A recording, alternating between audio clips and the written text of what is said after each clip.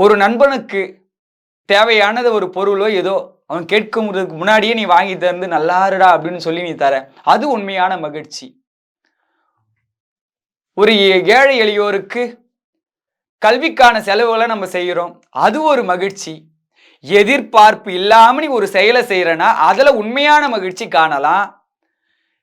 எதிர்பார்ப்போட நீ செய்யறது அதற்கான உண்மையான மகிழ்ச்சியை தராது.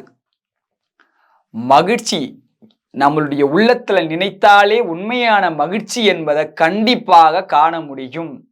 அடுத்தவர்களுக்கு துன்பம் தருந்தும் அடுத்தவருடைய மனம் வருந்தும்படியாக எந்த செயல் செய்தாலும் அதால் வரும் மகிழ்ச்சியானது மகிழ்ச்சி அல்ல, அது அழுக்கு ஆகும்.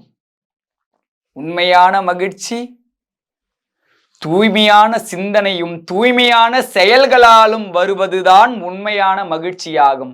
முடிந்த வரையில் நாம் எது உண்மையான மகிழ்ச்சி, எது பரிசுத்தமான மகிழ்ச்சியோ அந்த மகிழ்ச்சியை நாடினால் கண்டிப்பாக மனமும் மிகவும் அமைதியாக இருக்கும், ஆனந்தமாக இருக்கும்.